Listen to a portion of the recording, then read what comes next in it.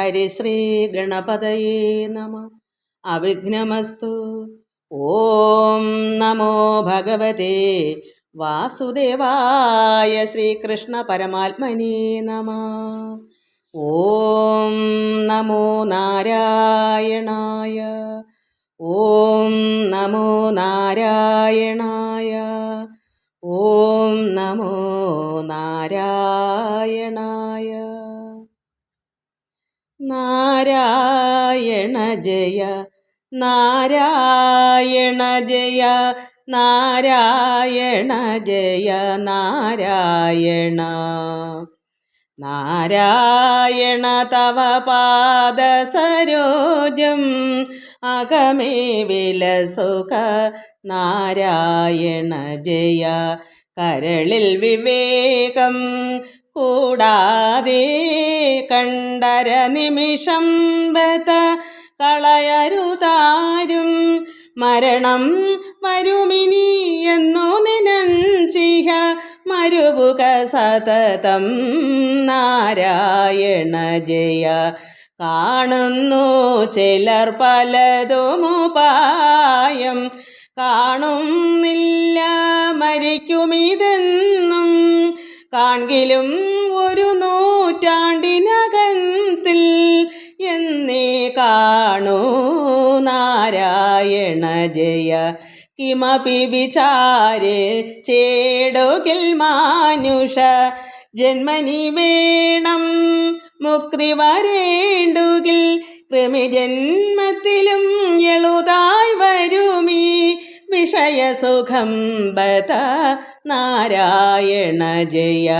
കീഴിൽ ചെയ്ത ശുഭ അശുഭ കർമ്മം മേലിൽ സുഖദുഃഖത്തിനു കാരണം. സുഖമൊരു ദുഃഖം കൂടാതെ കണ്ടൊരുവനുമുണ്ടോ. നാരായണ ജയ. നാരായണ ജയ നാരായണ ജയ നാരായണ ജയ നാരായണ. നാരായണ തവ പാദസരോജം അകമേ വിലസുഖ. നാരായണ ജയ. എല്ലാ ഭക്തമക്കൾക്കും എൻ്റെ വിനിതമായ പ്രണാമം. സർവ്വമക്കളെയും ഭഗവാനിൽ അർപ്പിക്കുന്നു. സർവ്വപേർക്കും സുഖവും ശാന്തിയും സമാധാനവും എല്ലാ നന്മകളും ഉണ്ടാകണമെന്ന് പ്രാർത്ഥിക്കുന്നു. ഓം ലോകാ സമസ്ത സുഖിനോ ഭവന്തു. നമ്മൾ ചിത്രകേതു ഉപാഖ്യാനമാണ് വായിച്ചുകൊണ്ടിരുന്നത്. നാരദ മഹാമുനി ഇദ്ദേഹത്തിന് ചിത്രകേതുവിന് ഉപദേശങ്ങളിലൊക്കെ പറഞ്ഞു കൊടുക്കാനായിട്ട് അദ്ദേഹം അവരെയൊക്കെ ധ്യാനിച്ച്, അപ്പോൾ അവർ എന്താ പറഞ്ഞേ, എല്ലാം ഈശ്വരനിൽ അർപ്പിക്കുക. ഈ കളത്രപുത്ര പിന്നെ ഗൃഹവും വീടും പുത്രനും എല്ലാം നിത്യമല്ലാത്തതുകൊണ്ട് അതെല്ലാം ത്യജിച്ചിട്ട് തെക്കുക. എന്നിട്ട് സകല ലോകാശ്രയമാവിയ സർവ്വലോകത്തിലും ആശ്രയമായിരിക്കുന്ന പരമാത്മാവിനെ ആശ്രയിക്കുക. ഇതൊക്കെ പറഞ്ഞു കൊടുത്തിട്ട് എന്താ പറഞ്ഞത്? നിർവ്യാജം അൻപോട് സേവിച്ചു കൊള്ളുക നീ. എല്ലാം ദിവ്യ ജനാത്മ പ്രകാശ സ്വരൂപിണം, നിർവ്യാജം കളങ്കമില്ലാതെ കപടമില്ലാതെ ഭഗവാൻ തന്നെ ആരാധിച്ച് സേവിച്ചു കൊള്ളുക നീ. അപ്പോഴെന്ത് വരും? സർവ്വ ദുഃഖങ്ങൾ ഒഴിഞ്ഞു പോകും നിർണയം. സർവം സഹാവര തേറു നിൻ മാനസേ. നിന്നത് മനസ്സിലാക്കൂ, നിന്റെ മനസ്സിൽ അത് അറിയൂ. ഏവം നരവരനോട് അരുൾ ചെയ്ത് അങ്കിരാവും, അതായത് അങ്കിരസ് മഹാമുനി അങ്കിരാവും എന്ന് പറയുന്നത്. അങ്കിരാവും മൃതനായ ബാലകൻ തന്നുടെ ജീവനെ താൻ വിളിച്ചാശു ജീവിപ്പിച്ചു. കേവലം സർവരും കേൾക്കവേ ചൊല്ലിനാൻ. അങ്ങനെ അങ്കിരസ് മഹാമുനി അദ്ദേഹത്തിന് മരിച്ചുപോയ കുഞ്ഞിൻ്റെ ജീവനെ വിളിച്ചു വരുത്തി. എന്നിട്ട് പറയുന്നു, ജീവിപ്പിച്ച് കേവലം സർവരും കേൾക്ക പറയുന്നു. എന്താ പറയുന്നത്? ആത്മസ്വരൂപമായുള്ള പരബ്രഹ്മം ആത്മാ സകല ശരീരികൾക്കാകയാൽ. സർവ ശരീരങ്ങൾക്കും പരമാത്മാവിൻ്റെ അംശം, അതായത് എല്ലാ ശരീരങ്ങൾക്കും ആത്മാ സകല ശരീരങ്ങൾക്കും ഉണ്ട്. ധാത്രീപതിസുതനാകിയ നിന്നുടെ ഗാത്രം ഉപേക്ഷിച്ചു പോയതങ്ങെങ്ങു നീ ധാത്രീപതി ചിത്രകേതു ആയിരിക്കുന്ന നൃപൻ്റെ സുതനാണല്ലോ ഈ മരിച്ച കുട്ടി. ആ സുതനാകിയ നിന്നുടെ ഗാത്രം, നിൻ്റെ ഈ ദേഹം നീ ഉപേക്ഷിച്ച് നിൻ്റെ ജീവനം കൊണ്ട് നീ എവിടെ പോയി? കാരണം ഗാത്രം ഇവിടെ കളഞ്ഞിട്ടല്ലേ പോകാൻ പറ്റത്തുള്ളൂ. അതുകൊണ്ട് ആ കുഞ്ഞിൻ്റെ ജീവനെ വിളിച്ച് വരുത്തിയിട്ട് ചോദിക്കുന്നു, നിൻ്റെ ഈ ശരീരം ഉപേക്ഷിച്ച് നീ എങ്ങോട്ടാണ് പോയത്? മാതാപിതാക്കൾ ദുഃഖിപ്പവർ തമ്മുടെ ഖേദം അശേഷം ഒഴിച്ചിരുന്നിടു നീ. നിൻ്റെ മാതാപിതാക്കളുടെ വിഷമങ്ങളെല്ലാം നീ ഒഴിച്ചു മാറ്റിയിരുത്തു. അതായത് നീ എന്താ ഇങ്ങനെ അവരെ ദുഃഖിപ്പിക്കുന്നത്? ജീവനതു പൊഴുതങ്കിരാവോട് അതിനാവർ മുതാ പുനരുത്തരം ചൊല്ലിനാൻ. അങ്ങനെ ആ കുഞ്ഞ് ഇവരോട് ഈ ചോദിച്ചതിന് ഉത്തരം പറയുവാണ് അങ്കിരാവ് മഹർഷിയെടുത്ത്. ഏതു ജന്മത്തിലെ മാതാപിതാക്കളെ പ്രീതി വരുത്തി ചമയ്ക്കുന്നത് ഇന്നു ഞാൻ എങ്ങനെയാ എല്ലാ വെച്ചാൽ എത്രയോ ജന്മങ്ങളെടുത്തു. അപ്പോഴെല്ലാം ഓരോ അമ്മയും അച്ഛനും ഉണ്ട്. ഞാൻ ഏത് ജന്മത്തിലെ മാതാപിതാക്കളെയാണ് പ്രീതി വരുത്തേണ്ടുന്നത്? അവിടെ ചോദ്യമാണ്. എത്ര നാളുകൊണ്ട് നമ്മളെല്ലാം പണ്ടേ ഇവിടെ ഉണ്ട്. ഈ ലോകത്ത് നമ്മൾ മോക്ഷത്തിലേക്ക് കടക്കുന്നവരെ എത്ര ജന്മങ്ങളാണ് നമ്മൾ എടുക്കുന്നത്. അത് മൃഗമായിട്ടോ പക്ഷിയായിട്ടോ ദേവനായിട്ടോ നരനായിട്ടോ ഇങ്ങനെ എന്ത് വേണേലും നമുക്ക് നമ്മുടെ കർമ്മഫലം പോലെ നമുക്ക് എടുക്കാം. അത് എങ്ങനെയൊക്കെ വന്നു, എത്ര അമ്മയും അച്ഛനും നമുക്ക് ഉണ്ടായിരുന്നതിനിടയ്ക്ക്. അതുകൊണ്ട് ആ കുട്ടി ചോദിക്കുന്നു, ഏത് ജന്മത്തിലെ മാതാപിതാക്കളെ പ്രീതി വരുത്താനാണ് വരുത്തി ചമയ്ക്കുന്നത് ഇന്നു ഞാൻ? ആരുടെ ഏത് ജന്മത്തിലേക്കുള്ളതാണ് ചെയ്യേണ്ടത്? ആരെയൊക്കെ ഞാൻ പ്രീതി വരുത്താൻ പറ്റും? അവസാനത്തെ ജന്മത്തിലെയാണ് ഇവിടെ ചിത്രകേതുവും ഈ തള്ളയും. അതുകൊണ്ട് കുഞ്ഞങ്ങനെ പറഞ്ഞിട്ട്, എത്ര ജന്മങ്ങൾ കഴിഞ്ഞു നമുക്ക്, പണ്ടെത്ര മാതാപിതാക്കന്മാർ ഓരോ തരം തത്രൈവ സംസാര ചക്രത്തിൽ അത്രൈവ കർമ്മഗതിക്കൊത്തവണ്ണമേ. അപ്പം നമ്മുടെ കർമ്മഫലത്തിന് ഒത്തവണ്ണമാണ് നമ്മൾ ജന്മങ്ങൾ എടുക്കുന്നത്. അത് മാതാപിതാക്കളിന് എത്ര തന്മ എടുത്തു, അതിൽ മനുഷ്യൻ എത്ര പേരുണ്ട്, മൃഗങ്ങളായ അമ്മയും അച്ഛനും എത്ര പേരുണ്ട്, ഇതൊന്നും അറിയാൻ പറ്റത്തില്ല. അതുകൊണ്ട് തത്രൈവ സംസാര ചക്രത്തിൽ അത്രൈവ കർമ്മഗതിക്ക് ഒത്തവണ്ണമേ മായാമയം ഈ പ്രപഞ്ച കാര്യം ഭവൽജ്ഞേയമായുള്ളതു ഞാൻ പറയണമോ? ഇങ്ങനെയുള്ള ഈ മായാമയമായിരിക്കുന്ന ഈ പ്രപഞ്ചത്തിലെ കാര്യങ്ങൾ ഭവൽജ്ഞേയമായുള്ളത് ഞാൻ പറയണമോ? ഇതെല്ലാവർക്കും അറിയേണ്ട കാര്യമാണല്ലോ. നമ്മൾ എത്രമാത്രം ജന്മങ്ങൾ ഇതിനകം വെച്ച് ഈ ലോകമുണ്ടായ കാലത്തെ നമ്മളും ഉണ്ട്.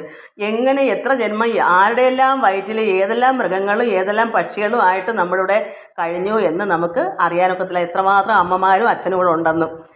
അതുകൊണ്ട് എന്നു പറഞ്ഞു ജീവൻ ശരീരത്തെയും പിന്നെ വെടിഞ്ഞങ്ങ് പോയോരനന്തരം. നല്ല മഴ. ജ്ഞാതികൾ ശേഷക്രിയകൾ ചെയ്താർ. അങ്ങനെ ആ കുട്ടി ആ ദേഹത്തിൽ വന്ന് ജീവൻ വീണ് ഇതൊക്കെ പറഞ്ഞിട്ട് പിന്നെ വെടിഞ്ഞങ്ങ് പോയി. ആ കുഞ്ഞ് ഇത് എങ്ങനെ പറയാൻ പറ്റും? ഏത് അമ്മമാർക്കാണ് ഞാൻ പ്രീതി കൊടുക്കാൻ പറ്റുന്നത്? അതുകൊണ്ട് അതെല്ലാം പറഞ്ഞ് ശേഷക്രിയകളൊക്കെ ചെയ്തിട്ട് അത് പോയി. ജ്ഞാതികൾ ശേഷക്രിയകൾ ചെയ്താർ ചിത്രകേതുവിൻ ദുഃഖമൊഴിച്ചതാ നാരദൻ. അങ്ങനെ ഇത്രയെല്ലാം പറഞ്ഞപ്പോൾ ചിത്രകേതുവിൻ്റെ ദുഃഖമൊക്കെ നാരദ മഹാമുനി ഒഴിച്ചു. മോദാൽ ഭഗവൽ പ്രസാദകാരിയായ വേദവിദ്യ ഉപദേശിച്ചു സാദരം. അങ്ങനെ മോദാൽ സന്തോഷത്തോടെ നാരദ മഹാമുനി ഭഗവൽ പ്രസാദകാരിയായ വേദവിദ്യ ഉപദേശിച്ചു സാദരം. ബ്രഹ്മലോകത്തിനായി അങ്കിരസോട് ചേർന്ന് ഉന്മേഷമോട് എഴുന്നള്ളിടിനാനവൻ. അങ്ങനെ ഉപദേശങ്ങളെല്ലാം ഈ നാരദ മഹാമുനി കൊടുത്തിട്ട് അങ്കിരസോടുകൂടി ബ്രഹ്മലോകത്തേക്ക് പോയി. വിദ്യയതും ധരിച്ച് 7 അഹോരാത്രത്താൽ വിദ്യാധരേന്ദ്രനായി വന്നാൻ നരേന്ദ്രനും. അങ്ങനെ ഈ കൊടുത്ത വിദ്യകളെല്ലാം 7 അഹോരാത്ര രാവും പകലുള്ള 7 അഹോരാത്രം വിദ്യാധരേന്ദ്രനായി വന്നാൻ ഈ നരേന്ദ്രൻ. ആരാ? ഈ ചിത്രകേതു ഈ 7 ദിവസം 7 അഹോരാത്രത്താൽ ഇതെല്ലാം പഠിച്ചു. അദ്ദേഹത്തിന് വിദ്യാധരേന്ദ്രനായി വന്നു. ചിത്തം തെളിഞ്ഞു സംഘർഷണമൂർത്തിയെ മഹാവിഷ്ണുവിനെ സദ്യോ ഭജിച്ചിരിക്കുന്ന ആൾ ഒരു ദിനം. അങ്ങനെ ചിത്തമൊക്കെ തെളിഞ്ഞ് ഈ വിദ്യകളെല്ലാം കൊടുത്തതെല്ലാം നന്നായി പഠിച്ചു, വിദ്യാധരനായി മാറി. അങ്ങനെ ചിത്തമൊക്കെ തെളിഞ്ഞു ഭഗവാൻ മഹാവിഷ്ണുവിനെ സദ്യോ ഭജിച്ചിരിക്കുന്ന നാൾ ഒരു ദിനം പ്രത്യക്ഷനായ നാഥൻ പദാംഭോരുഹം നത്വാ മുഹുർമുഹുസ്തുത്വാ പലവിധം ശ്രുത്വാഭിനാഥൻ പ്രസന്നനായേറ്റവും മത്വാ മുത പരമാത്മജ്ഞാനത്തെയും നത്വാ പുനരതും ലബ്ധ്വാ പരിപൂർണ തൃപ്തനാം വിദ്യാധരേന്ദ്രം പതിമുത നന്നായി അനുഗ്രഹിച്ചഞ്ചസ നാഥനും പിന്നെ മറഞ്ഞരുളിടിനാനന്തര.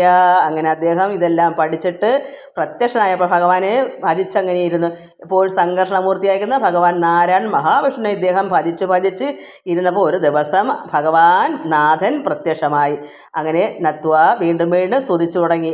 നത്വ മുഹുർമുഹസ്തുത്വ വീണ്ടും പലവിധം ഇങ്ങനെ ഭജിച്ച് കേട്ട് നാഥൻ അങ്ങനെ അത് വീണ്ടും ഭജിച്ചപ്പോൾ ഈ ശ്രുത്വ കേട്ടു. ആര് കേട്ടു? നാഥൻ ഭഗവാൻ നാരായൺ കേട്ട് പ്രസന്നനായി ഏറ്റവും മത്വാമുത പരമാത്മജ്ഞാനത്തെയും നത്വാ പുനരതും ലബ്ധ്വ പരിപൂർണ തൃപ്തനാം വിദ്യാധരേന്ദ്രം പതിമുത. അങ്ങനെ നന്നായി അനുഗ്രഹിച്ച അഞ്ചസ നാഥന് ഭഗവാൻ അങ്ങനെ വീണ്ടും ഇങ്ങനെ പ്രാർത്ഥിക്കുന്നത് കൊണ്ട് ഈ വിദ്യാധരേന്ദ്രനുള്ളവർ ആ ഒരു ഇന്ദ്രം അദ്ദേഹത്തിന് കിട്ടി. വിദ്യാധരേന്ദ്രം പതി അങ്ങനെ ഒരു സ്ഥാനം. അങ്ങനെ ഭഗവാൻ വീണ്ടും പ്രസാദിച്ചു അഞ്ജസ നാഥനും പിന്നെ മറഞ്ഞരുളിടിനാനന്തര ഭഗവാൻ അവിടുന്ന് മറഞ്ഞു. തദ്ദിശി നോക്കി നമസ്കരിച്ചൻപഴും അങ്ങനെ ഭഗവാൻ പോയ ദിശയിലേക്ക് നോക്കി നമസ്കരിച്ചുകൊണ്ടിരിക്കുമ്പോൾ എന്തു വന്നു? വിദ്യാധരികളുമായി വിമാനോ ഉപരി നാനാ ദിശകളിൽ ക്രീഡിച്ചു സന്തതം ആനന്ദം ഉൾക്കൊണ്ടു നാരായണനുടെ കീർത്തികൾ വാഴ്ത്തിച്ചു സഞ്ചരിച്ചിടിനാറാർത്തികൾ എന്നിയേ സർവ്വലോകങ്ങളിൽ. അപ്പോൾ അവൻ വിദ്യാധരികളുമായി വിമാനത്തിൽ കയറി എല്ലാ നാനാ ദിശയിലെല്ലാം ക്രീഡിച്ച് സന്തോഷിങ്ങനെ നടക്കുമ്പോൾ ആനന്ദമൊക്കെ ഉൾക്കൊണ്ട് ഭഗവാൻ ഭഗവാനുടെ കീർത്തികളൊക്കെ വാഴ്ത്തിച്ചു. കാരണം ഭഗവാനെ ആണല്ലോ നമ്മളെല്ലാവരും വാഴ്ത്തി സ്തുതിക്കേണ്ടത്. ഈശ്വരനാണല്ലോ നമ്മുടെ തലവൻ, ഈ ലോകത്തിലെ നാഥൻ. അപ്പോൾ നമ്മൾ ആരെയാ സ്തുതിക്കേണ്ടതും കീർത്തിക്കേണ്ടതും ഭഗവാനെ തന്നെയാണ്. അങ്ങനെ ഭഗവാൻ പോയ ദിശയിലേക്ക് നോക്കി പ്രാർത്ഥിച്ച് അങ്ങനെ നാനാ ദിശകളിലും അങ്ങനെ ക്രീഡിച്ച് സന്തതം ആനന്ദം ഉൾക്കൊണ്ട് നാരായണനുടെ കീർത്തികളൊക്കെ വാഴ്ത്തിച്ചു അങ്ങനെ സഞ്ചരിച്ച സമയത്ത് ആർത്തികളെന്നിയേ സർവ്വലോകങ്ങളിൽ അങ്ങനെ സഞ്ചരിക്കുന്ന ഒരു ദിനം അങ്ങനെ വിമാനത്തിൽ ഇങ്ങനെ ഈ വിദ്യാധരനുമായിട്ട് ഇങ്ങനെ ഈ ചിത്രകേതുവായിട്ട് അങ്ങനെ സഞ്ചരിച്ച് സന്തോഷമായിട്ട് ഭഗവാനെ കീർത്തിച്ചും പാടിയും പുകഴ്ത്തിയും അങ്ങനെ സഞ്ചരിക്കുന്ന ഒരു ദിവസം അങ്ങ് കൈലാസാചലേന്ദ്രവരനുടെ മീതേ ഗഗനമാർഗേ നടക്കുന്നവൻ ഭഗവാൻ പരമശിവൻ. കൈലാസാചലേന്ദ്രൻ എന്ന് വെച്ചാൽ ഇവിടെ പരമശിവനാണ് കൈലാസലത്തെ. അതിൻ്റെ മീതേ ആകാശമാർഗേ കൈലാസത്തിൻ്റെ മുകളിലെ ആ ആകാശത്തിൻ്റെ മാർഗേ ഇങ്ങനെ സഞ്ചരിച്ച സമയത്ത് നടക്കുന്നവൻ ചൂതശരാരി.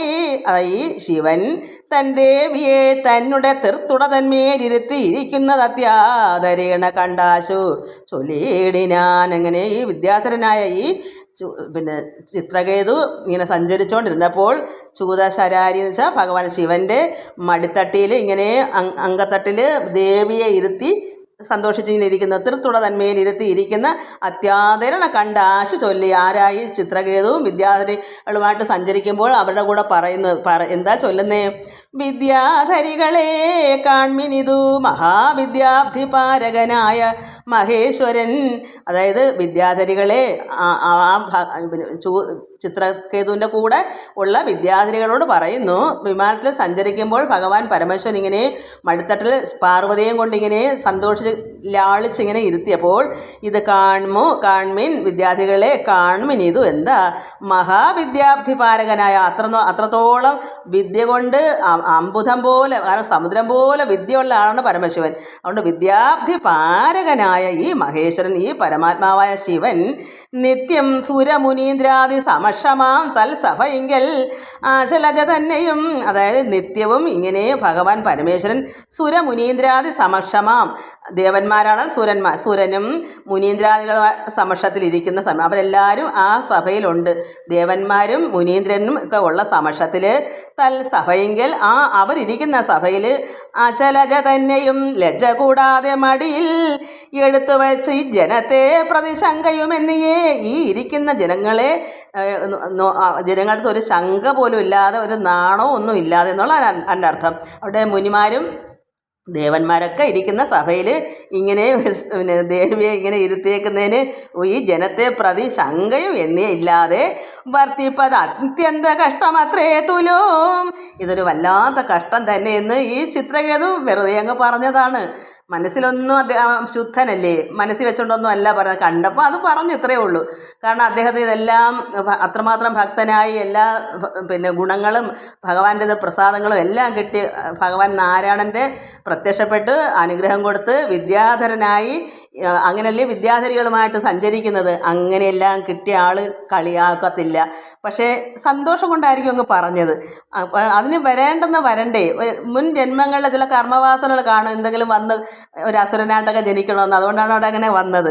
അപ്പോൾ ലജ്ജ കൂടാതെ മടിയിലെടുത്ത് വെച്ച് ഈ ജനത്തെ പ്രതി ശങ്കയുമില്ലാതെ എന്നിയേ വർത്തിപ്പത് അത്യന്ത കഷ്ടമത്രേ തുലോ. യുദ്ധം പറയുന്ന വാക്യങ്ങൾ അങ്ങു താൻ ശ്രുത്വ മഹേശ്വരി കോപിച്ചു അരുൾ ചെയ്തത് യുദ്ധം ചരിത്രം മതീയം ജഗത്രയേ. അങ്ങനെ മഹേശ്വരി ഇത് കേട്ടപ്പോൾ എന്ത് വന്നു? അവർക്ക് കോപമുണ്ടായി. പരമേശ്വരന് ഒരു കുഴപ്പവും വന്നില്ല. ഭഗവാൻ എന്താ അങ്ങനെ പറഞ്ഞല്ലേ, വല്ലതും സംഭവിക്കും, ഒന്നും വരത്തില്ല. പക്ഷേ ദേവിക്ക് അല്പം നാണം, ഒരു വിഷമമായി, അതായത് കോപമായി അങ്ങനെ പറഞ്ഞപ്പോൾ. അപ്പോൾ എന്ത് വന്നു? ദിവ്യജനത്താൽ അഭിവന്ദ്യമായി അതിദുർവിനീതൻ ബഹുഭാഷണം ചെയ്യുകയാൽ ഈ ദിവ്യന്മാരായ ജനത്താൽ അഭിവന്ദ്യമായി. അപ്പോൾ ഈ ദേവിയാണെങ്കിലോ ഇവിടെ സുരന്മാരും മുനീന്ദ്രന്മാരെല്ലാം ആ സഭയിലല്ലയോ ഇരിക്കുന്നത്. അവിടെ വച്ചിങ്ങനെ പറഞ്ഞപ്പോൾ ദുർവിനീതനാണ് ഈ ചിത്രകേതു എന്ന് പറഞ്ഞുകൊണ്ട് ബഹുഭാഷണം, ഇവൻ്റെ ഈ ബഹുഭാഷണം, ഈ അതായത് ബഹുഭാഷണ ഈ സംസാരം ഇങ്ങനെ പറഞ്ഞത് ചെയ്യുകയാൽ എന്തു വന്നു? ദണ്ഡ്യൻ അസുരനായോനോ ജനിക്കെന്നുടൻ യോനോ, അതായത് അസുര യോനിയിൽ ഇവൻ അസുരനായി ജനിക്കട്ടെ എന്ന് ദേവി അങ്ങ് പറഞ്ഞു, ശപിച്ചു. ദേഷ്യം വന്നു, കോപം വന്നു. ഇങ്ങനെ കളിയാക്കിയതുകൊണ്ട് അങ്കത്തട്ടിൽ ഇങ്ങനെ എടുത്തിരുത്തിയേക്കുന്നത് ഇവിടെ ദേവന്മാരും മുനിമാരൊക്കെ ഉണ്ടല്ലോ, അവരെ ഒരു ലജ്ജയില്ലാതെ ഇങ്ങനെ ഇരുത്തി കളിപ്പിക്കുന്നല്ലോ എന്ന് പറഞ്ഞപ്പോൾ ദേവിക്ക് ദേഷ്യം വന്നെന്ത് വന്നപ്പോൾ ദുർവിനീതൻ ബഹുഭാഷണം ചെയ്യാൽ ഈ ചിത്രകേതു ഇങ്ങനെയുള്ള സംസാരം ചെയ്തുകൊണ്ട് ദണ്ഡ്യൻ അസുരയോനോ, അസുരൻ്റെ കുലത്തിൽ ജനിക്കുക, അതായത് യോനോ അസുര യോനിയിൽ ജനിക്കട്ടെ എന്നിങ്ങനെ ശപിച്ചു. ചണ്ഡികാദേവി ശപിച്ചത് കേട്ടളവ് അങ്ങഥ ചിത്രകേതു വിമാനത്തിന്മേൽ നിന്നങ്ങ് ഇറങ്ങി തിരുമുമ്പിലാമാറുപോയി. അങ്ങനെ ചണ്ഡികാദേവി, അതായത് പാർവതി ദേവി ശപിച്ചപ്പോൾ ചിത്രകേതു വിമാനത്തിൽ നിന്നൊക്കെ ഇറങ്ങി വന്നിട്ട് ദേവിയുടെ തിരുമുമ്പിൽ നിന്ന് നമസ്കരിച്ച് അഞ്ജലി ബാഹുവായി നിന്നു വന്ദിച്ചു വേദാത്മകനാകിയ പന്നകഭൂഷണനെ പ്രസാദിപ്പിച്ചു. തന്നിടത്തെ തുടതന്മേൽ വിളങ്ങിന കുന്നിൻ മകൾ മഹാദേവിയെ തന്നെയും വന്ദിച്ചു വാഴ്ത്തി സ്തുതിച്ച് അതിശാന്തനായി മന്നവൻ മന്ദമന്ദം പറഞ്ഞിടിനാൻ. അങ്ങനെ പന്നകഭൂഷണായ പരമശിവനെയൊക്കെ പ്രസാദിച്ചു. ഇയാൾ വിമാനത്തിൽ നിന്ന് ഇറങ്ങി വന്നിട്ട് വന്ദിച്ചു, നമസ്കരിച്ച് അഞ്ജലി ബാഹു കൈകൾ കൊണ്ട് തൊഴുത് വന്ദിച്ച് വേദാത്മകനാകിയ പന്നകഭൂഷണ ഭഗവാൻ പരമേശ്വരനെ പ്രസാദിപ്പിച്ചു. ഭഗവാന്റെ ഇടത്തെ തുടയിൽ ഇരിക്കുന്ന വിളങ്ങിന കുന്നിൻ മകൾ, അതായത് ഈ മഹാദേവി പാർവതിയെ വന്ദിച്ചു വാഴ്ത്തി സ്തുതിച്ച് അതിശാന്തനായി മന്നവൻ മന്ദമന്ദം പറഞ്ഞു. ആരായി? ചിത്രകേതു. നന്നായി വിനയത്തോട് ശാന്തനായി പറഞ്ഞു, മനുഷ്യർക്ക് ഈശ്വരേച്ഛാവശാൽ ഇങ്ങനെ താനേ ബലാൽ വന്നുകൂടുന്നതൊക്കെയും പൂർവ കർമാനുവശാൽ സുഖദുഃഖങ്ങൾ ഏവരുമെല്ലാം അനുഭവിച്ചിടുന്നു.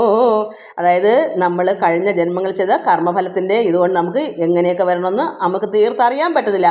അപ്പോൾ വന്നുകൂടും ഇങ്ങനെ ഓരോ, അദ്ദേഹം അറിയാതെ തന്നെ വായിൽ നിന്ന് ഈ ഒരു വാക്ക് വന്നു. കാരണം എന്താ? അതങ്ങനെ വരേണ്ടുന്നതാണ്, വരാത്ത ഒന്നും വരത്തില്ല. അനുഭവിക്കാനുള്ളത് അനുഭവിച്ചേ പറ്റത്തുള്ളൂ. എത്ര ഇനി ഭഗവാന്റെ പ്രസാദം വന്നെന്ന് പറഞ്ഞിട്ടൊന്നും കാര്യമില്ല. കഴിഞ്ഞ പാപഫലങ്ങളും പുണ്യഫലങ്ങളും ഇടയ്ക്കിടയ്ക്ക് ഇങ്ങനെ നമുക്ക് തീർത്ത് പോകണ്ടേ. അതിന് പൂർവ്വകർമാനുവശാൽ സുഖദുഃഖങ്ങൾ, സുഖമായാലും ദുഃഖമായാലും ഏവരെയെല്ലാം അനുഭവിച്ചിടും. നമ്മൾ അനുഭവിച്ച് തന്നെ പോകണം. ദേവി ഭവതിയെ ഞാൻ വണങ്ങുന്നിതു ശാപമോഷത്തിനും എന്നുടെ ദുർനയ കാരണം കൊണ്ടുളവായ വാച പരിഹാരമായ ആശോ തൊഴുതു വീണീടിനീൻ. അങ്ങനെ എൻ്റെ ഭാഷ ഞാൻ പറഞ്ഞ വാക്കുകൾ പരിഹാരമായ ആശ തൊഴുതു വീണിടിനെ ദേവിയുടെ മുമ്പിൽ ഇങ്ങനെ തൊഴുതു വീണിട്ട് ലോകമാതാവേ ഭഗവതി ഞാൻ അതിമൂഢനായി ഒന്നറിയാതെ പലവിധം പറഞ്ഞ് ഉള്ളതോർത്തിങ്ങിനിയും ബഹുകോപം ജനിക്കരുതെന്നതിനിങ്ങനെ പാദാംബുജാഗ്രേ വണങ്ങിനേൻ അപരാധങ്ങളെല്ലാം അറിഞ്ഞ് അടങ്ങേണമേ. ഞാൻ മൂഢനാണ് ദേവി, അമ്മയെ, ലോകമാതാവേ. ഞാനിങ്ങനെ അറിയാതെ പലവിധം പറഞ്ഞുള്ള ഞാൻ എന്തൊക്കെയോ മനസ്സറിയാതെ കുറേ അത് വട്ടു പറയുന്നത് പോലെ പറഞ്ഞു ഉള്ളത് ഓർത്തിങ്ങനെയും ബഹുകോപം, ഇനി ഇതിൽ കൂടുതൽ കോപമൊന്നും ജനിക്കരുതേ അമ്മേ. അവിടുത്തെ പാദാംബുജാഗ്രേ ഞാൻ വണങ്ങിനേനെന്ന് എന്നെ അപരാധങ്ങളെല്ലാം അറിഞ്ഞ് അടങ്ങണമേ. ഇങ്ങനെ ദേവിയെ വീണ് കിടന്ന് നമസ്കരിച്ചു. മോദേന നിത്യം പ്രസീത പാദാംബുജാഗ്രേ വണങ്ങിനേൻ എന്നെ അപരാധങ്ങളെല്ലാം അറിഞ്ഞ് അടങ്ങണമേ. മോദേന നിത്യം പ്രസീത സർവാധിഭൂതേ ജഗൽകാരണീ ശാശ്വതേ ദേഹി കാരുണ്യം നമസ്തേ നമോസ്തുതേ പാഹി മാം ആനന്ദകാരുണ്യവാരിധേ. ഏവം വണങ്ങി സ്തുതിച്ചു മഹേശ്വരി ദേവിയെ നന്നായി പ്രസാദിപ്പിച്ചതാദരാൽ ദേവദേവേശ്വരാനുജ്ഞയും കൊണ്ടവൻ കേവലമങ്ങു നടന്നാൻ യഥാഗതി. അങ്ങനെ അദ്ദേഹം ഇത്രയെല്ലാം ദേവിയെ പ്രാർത്ഥിച്ചു സന്തോഷമായിട്ട് മുന്നോട്ട് നടന്നു. കേവലമങ്ങ് നടന്നാൽ യഥാഗതി. എങ്ങോട്ടാണ് പോകേണ്ടതെന്ന് വെച്ചാൽ അദ്ദേഹം യാതൊരു വിഷമവും ഇല്ലാതെ ഇതെല്ലാം ദേവിയെ പറഞ്ഞു ക്ഷമാപണമൊക്കെ ചെയ്തിട്ട് പോകുന്നു. അദ്ദേഹത്തിന് ഒരു പരാതിയോ ഇങ്ങനെ വന്നു പോകുന്ന ഒരു വിഷമോ ഇല്ല, അങ്ങനെ പോകുന്നു. അപ്പോൾ പറയുന്നു ദേവൻ പശുപതി, അതായത് പരമശിവൻ പശുപതി എന്ന് വിളിക്കും, പരമേശ്വരനെ പശുപതി എന്ന് വിളിക്കും. ദേവൻ പശുപതി താൻ അത് കണ്ടതാ. ഇങ്ങനെ നടന്നു പോകുന്ന കണ്ടപ്പോൾ ഭഗവാനെയും പ്രാർത്ഥിച്ചു, ദേവിയെയും പ്രാർത്ഥിച്ചു, ചെയ്ത അപരാധങ്ങളെല്ലാം ക്ഷമിക്കണമെന്ന് പറഞ്ഞു. ഇനി ഇതിൽ കൂടുതൽ കോപമൊന്നും ഉണ്ടാകരുതെന്നെല്ലാം പറഞ്ഞിട്ട് ഇദ്ദേഹത്തിന് വല്ല കുലുക്കമുണ്ടോ? അദ്ദേഹം അതെല്ലാം പറഞ്ഞിട്ട് നടന്നാൻ യഥാഗതി. ദേവൻ പശുപതി താൻ അത് കണ്ടതാ ദേവിയോട് ആനന്ദപൂർവ്വം അരുൾ ചെയ്തു. ഭഗവാൻ എന്താ പറയുന്നേ? പരമേശ്വരൻ ദേവിയോട് ആനന്ദമോട് ഭദ്രേ ഭവതി കണ്ടീലയോ മാധവ ഭക്തജന പ്രഭാവം മധുരാധരേ. കണ്ടീലയോ ദേവി? ഭദ്രേ ഭവതി കണ്ടീലയോ മാധവ ഭക്തജന പ്രഭാവം മധുരാധരേ. കാരണം ഇവിടെ അപ്പോൾ ഭഗവാൻ നാരായണൻ ഭഗവാനെ സ്തുതിച്ച് ഭഗവാൻ പ്രത്യക്ഷപ്പെട്ടു. മഹാവിഷ്ണു വേണ്ടുന്ന വരങ്ങളൊക്കെ കൊടുത്ത് വിദ്യാധരനായി എല്ലാ ലോകത്ത് സഞ്ചരിച്ചുകൊണ്ടിരിക്കുന്നു. ആനന്ദമായിട്ട് ഇദ്ദേഹം നടന്ന് സഞ്ചരിക്കുന്നു, ഭഗവാനെ വാഴ്ത്തി സ്തുതിക്കുന്നു, എല്ലാം ചെയ്യുന്നു. നാരായണ പ്രസാദമുണ്ട്. അതുകൊണ്ട് പറയുന്നു ഭദ്രേ ഭവതി കണ്ടീലയോ മാധവ ഭക്തജന പ്രഭാവം. ഭഗവാൻ നാരായണൻ്റെ ഭക്തന്മാർക്ക് കിട്ടുന്ന പ്രഭാവം അത് മധുരാധരേ കണ്ടീലയോ. ചിത്രം, എന്ത് ചിത്രമാ, എന്തൊരു അത്ഭുതമാ. ഭഗവൻ മഹിമ നിരൂപിക്കിലെത്രയും അത്ഭുതം ഈ ദൃശ്യം. ഭഗവാന്റെ മഹിമ, നാരായണനായിരിക്കുന്ന മഹാവിഷ്ണുവിൻ്റെ ആ മഹിമ ഈ ഭക്തനിലുണ്ട്. അതാണ് ഭക്തൻ ഇത്രയും വല്ല അതായത് സമചിത്തത, സമദൃഷ്ടി. അദ്ദേഹത്തിന് അസുരനായാലെന്താ, ദേവനായാലെന്താ, നരനായാലെന്താ, അദ്ദേഹത്തിന് എല്ലാം ഒന്നുപോലെ ഉള്ളു. ഇവിടെ ഏറ്റക്കുറച്ചിലൊന്നുമില്ല. അങ്ങനെ ഒരു തത്വമസിയായ അങ്ങനൊരു മഹാഭക്തനായ ഭഗവാന്റെ പ്രസാദവും അനുഗ്രഹവും പ്രത്യക്ഷമായി എല്ലാം ചെയ്ത് കൊടുത്തൊരു ചിത്രകേതുവാണ്. അവിടെ ആരെന്ത് ശപിച്ചെന്ന് പറഞ്ഞിട്ടോ ഒന്നുമില്ല. അയാൾക്ക് അസുരനായാലും ഒന്നുമില്ല, ദേവനായാലും ഒന്നുമില്ല, എല്ലാം സമം. ദുഃഖങ്ങളും സുഖങ്ങളും ഒരേ ദൃഷ്ടിയിൽ, ഒരേ മനസ്സ്. അതാണ് ഇവിടെ സംഭവിക്കുന്നത്. അതാണ് നമ്മൾ ഭഗവാനിൽ ഭക്തി വർദ്ധിച്ച് വരുമ്പോൾ നമുക്ക് ഒരു ആരുടെ കാര്യം ഓർത്ത് സങ്കടമില്ല. കാരണം എല്ലാം പരമാത്മാവിൻ്റെയാണ്. പിന്നെ നമ്മൾ സങ്കടപ്പെടുന്നതിന് എല്ലാവരും അമ്മയും അച്ഛനും മക്കളും കുട്ടികളും വീടും ഭവനവും അത് ധനങ്ങളും എല്ലാം ഈശ്വരൻ്റെ തന്നെയാണ്. നമുക്കായി ഒന്നും തന്നെ ഇല്ല. പിന്നെ നമ്മൾ ആർക്ക് വേണ്ടി നമുക്ക് സങ്കടം? എല്ലാം ഈശ്വരൻ്റെയാണെന്ന് സങ്കല്പിച്ച് എല്ലാം കഴിഞ്ഞു കൂടുന്ന നമുക്കെന്താ സങ്കടം? എല്ലാം ഭഗവാന്റേതല്ലേ. ഭഗവാനിൽ ഇല്ലാത്ത സങ്കടം നമുക്കെന്താണ്? ഈശ്വരൻ്റെ സൃഷ്ടിയാണ് സർവ്വതും. അങ്ങനെ കണ്ടതാണ് ഇവിടെ ചിത്രഗീതം. അതുകൊണ്ട് എന്ത് വന്നു? ഭക്തജനപ്രഭാവം മധുരാധരേ ചിത്രം ഭഗവൻ മഹിമ നിരൂപിക്കിൽ എത്രയും അത്ഭുതം ഈ ദൃശ്യം. ഭാഗവതന്മാർക്ക് ഒരേടത്ത് ഒന്നിനും ആകുലമില്ല, ഒരു ഭേദവുമില്ലടോ. ഇവിടെ എന്ത് ദേവി പറഞ്ഞിട്ടോ വല്ല ആകുലം ഉണ്ടോ? അദ്ദേഹം ദേവിയെ ഒക്കെ വണങ്ങി സ്തുതിച്ച് ക്ഷമയൊക്കെ ചോദിച്ചിട്ട് അദ്ദേഹത്തിൻ്റെ പാട്ടിനങ്ങ് നടന്നു പോയി. അതുകൊണ്ട് ആകുലമില്ല, ഒരു ഭേദവുമില്ലടോ. സമദർശികൾ അവരെല്ലാവരും സമദർശികളാണ്. അവരെല്ലാം ഒന്നുപോലെ കാണുന്നവരാണ്. അതുകൊണ്ടാണല്ലോ അത് പറഞ്ഞത്. അവിടെ അജ്ഞാനമില്ലായിരുന്നു. പരമാത്മാവായ പരമശിവൻ്റെ ഭാര്യ ആ മടിയിലിരിക്കുന്നത് കൊണ്ട് അവിടെ ഒരു പ്രത്യേകതയായിട്ട്, പിന്നെ ഒരു തമാശയ്ക്കോ ഒരു രസത്തിനോ അങ്ങ് പറഞ്ഞെന്നുള്ളതേ ഉള്ളൂ. അജ്ഞാനം വെച്ചങ്ങനെ പറയത്തില്ല, കണ്ടോ അദ്ദേഹത്തിൻ്റെ മടിയിൽ ഇരിക്കുന്നു കൊള്ളാലെ, അങ്ങനെ പറയത്തില്ല. പക്ഷേ ആ സന്തോഷം കൊണ്ടായിരിക്കും അദ്ദേഹം പറഞ്ഞത്. അത് ദേവിക്ക് പിടിച്ചില്ല, അത്രയേ ഉള്ളൂ. അപ്പോൾ അതുകൊണ്ടൊരു ആകുലം അദ്ദേഹത്തിനോട്ട് ഇല്ല. സമദർശികൾ അവരേവരെന്താ, പരമാത്മാവായ നാരായണൻ്റെ ഭക്തനാ, സമദർശിയാ. എന്ത് വന്നാലും സമചിത്തതയും സമദർശമാണ്. ആശ്രന്മാർക്ക്, ദൈവത്തെ ആശ്രയിക്കുന്നവർക്ക് സങ്കടമില്ലടോ. പരമാത്മാവായ നാരായണനെയോ അല്ലെങ്കിൽ പരമേശ്വരനെയോ എല്ലാം ഏകമാണല്ലോ. അങ്ങനെ ആശ്രയം എല്ലാം ഈശ്വരനാണെന്ന് ആശ്രയിക്കുന്ന ഒരു വ്യക്തിക്കും ഒരു സങ്കടവും വരത്തില്ല. ആരെന്ത് പറഞ്ഞാലും എന്ത് വന്നാലും സങ്കടമില്ല. അതെന്താ അതിൻ്റെ അർത്ഥം? പ്രഹ്ലാദനെ എന്തെല്ലാം രീതിയിൽ കൊല്ലാൻ ചെന്ന് ഹിരണ്യകശിപു പിതാവ് വല്ല സങ്കടം ഉണ്ടായോ? എന്തെങ്കിലും അച്ഛ എന്നെ അങ്ങനെ ചെയ്യലെന്ന് പറഞ്ഞോ? ഭഗവാനെ തന്നെ തപസ്സിരുന്നു, ഭഗവാനുള്ളൊറ്റ ചിന്ത മാത്രം. അവിടെ അതുകൊണ്ട് ഭയമില്ല. അതുകൊണ്ട് ഇദ്ദേഹത്തിനും ഒരു ഭയം. ദൈവ ആശ്രന്മാർക്ക്, എനിക്ക് ശ്രീ എന്നൊക്കെ പറയാൻ വയ്യ, ആ ശ്രീതന്മാർക്ക്, അതായത് ദൈവത്തെ ആശ്രയിക്കുന്നവർക്ക് ഒരു സങ്കടമില്ലടോ. ഇങ്ങനെ നാഥൻ അരുളി ചെയ്ത് അത് കേട്ടു മംഗല പാങ്കിയും വിസ്മയിച്ചിടിനാൾ. അത് കേട്ടപ്പോൾ അവർക്ക് വിസ്മയമായി. ശരിയാണല്ലോ, ഇത് അദ്ദേഹത്തിന് ഒരു കൂസലും ഇല്ലാതെ ഇത് കേട്ട് ഒരു അലുകുലുക്കോ ഇല്ലാതെ ഇങ്ങനെ പോയല്ലോ. അങ്ങനെ വിസ്മയിച്ചതിനാൽ അങ്ങനെയുള്ള നരേന്ദ്രനു നാരദനങ്ങ് ഉപദേശിച്ച വിദ്യാമഹിമയാൽ ഭാഗവതോത്തമനായി ചമഞ്ഞാൻ നിഖിലാഗമാന്താർത്ഥസാരജ്ഞൻ അവനല്ലോ. ഭഗവാന് നാരദ മഹാമുനി എല്ലാ ഉപദേശങ്ങളും ഈ ചിത്രകേതുവിന് കൊടുത്തു. അതുകൊണ്ട് വിദ്യാമഹിമ അതാണ് ജ്ഞാനോപദേശങ്ങൾ, പരമാത്മ ഉപദേശങ്ങൾ, ആത്മാപദേശങ്ങൾ കിട്ടിയവർക്ക് എല്ലാം ഇങ്ങനെ തന്നെയാണ്. അതുകൊണ്ട് നരേന്ദ്രന് ഈ ചിത്രകേതുവിന് നാരദ മഹാമുനി ഉപദേശിച്ച വിദ്യ അത് മഹിമയുള്ളതാണ്. അതിനാൽ എന്ത് വന്നു? ഭാഗവതോ ഉത്തമനായി ചമഞ്ഞാൻ, അദ്ദേഹം ഉത്തമനായി. നിഖിലാഗമാന്താർത്ഥ സാരജ്ഞൻ അവനല്ലോ. അതുകൊണ്ട് ഇദ്ദേഹമാണ് ഇങ്ങനെയുള്ള നിഖിലാഗമാന്താർത്ഥ സാരജ്ഞൻ. അതുകൊണ്ട് അദ്ദേഹം ഒരു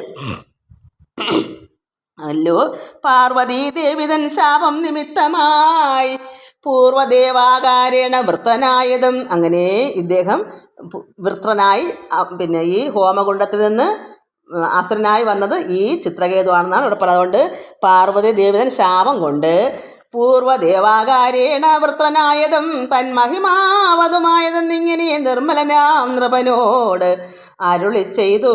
അങ്ങനെ ഇദ്ദേഹം ഈ നിർമ്മലനോട് നൃപൻ പരീക്ഷിത മഹാരാജാവിനോട് എന്താണ് ഈ ചിത്രകേതു വൃത്രാസുരനായിട്ട് വന്ന സമയത്ത് നമ്മൾ വായിച്ചില്ല, വൃത്രാസുര വധം, അതെന്താ ഇത്ര മാഹാത്മ്യം ഈ അസുരൻ ഉണ്ടായെന്ന് ചോദ്യം ചെയ്തതാണ്. ചിത്രകേതു ആയിരുന്നു ഈ വൃത്രാസുരൻ. ഇത്രയുള്ള മഹിമയുള്ള ആളായിരുന്നു. അദ്ദേഹത്തിന് ദേവിയുടെ ശാപം കൊണ്ടാണ് വൃത്രാസുരനായത്. ആ കഥ ചോദിച്ചത് എന്താ എങ്ങനെയെന്ന് ശ്രീ പരീക്ഷിത മഹാരാജ ചോദിച്ചപ്പോൾ അതിൻ്റെ ഉത്തരം ശ്രീ ശുക മഹാമുനി കൊടുത്തതാണ് ഈ ഇത്രയെല്ലാം പറഞ്ഞത്. അതുകൊണ്ട് നമ്മളിതെല്ലാം കേട്ടു. എല്ലാവർക്കും നമസ്കാരം. ഓം ലോകാ സമസ്ത സുഖിനോ ഭവന്തു. ഹരി ഓം ഹരി ഓം ഹരി ഓം.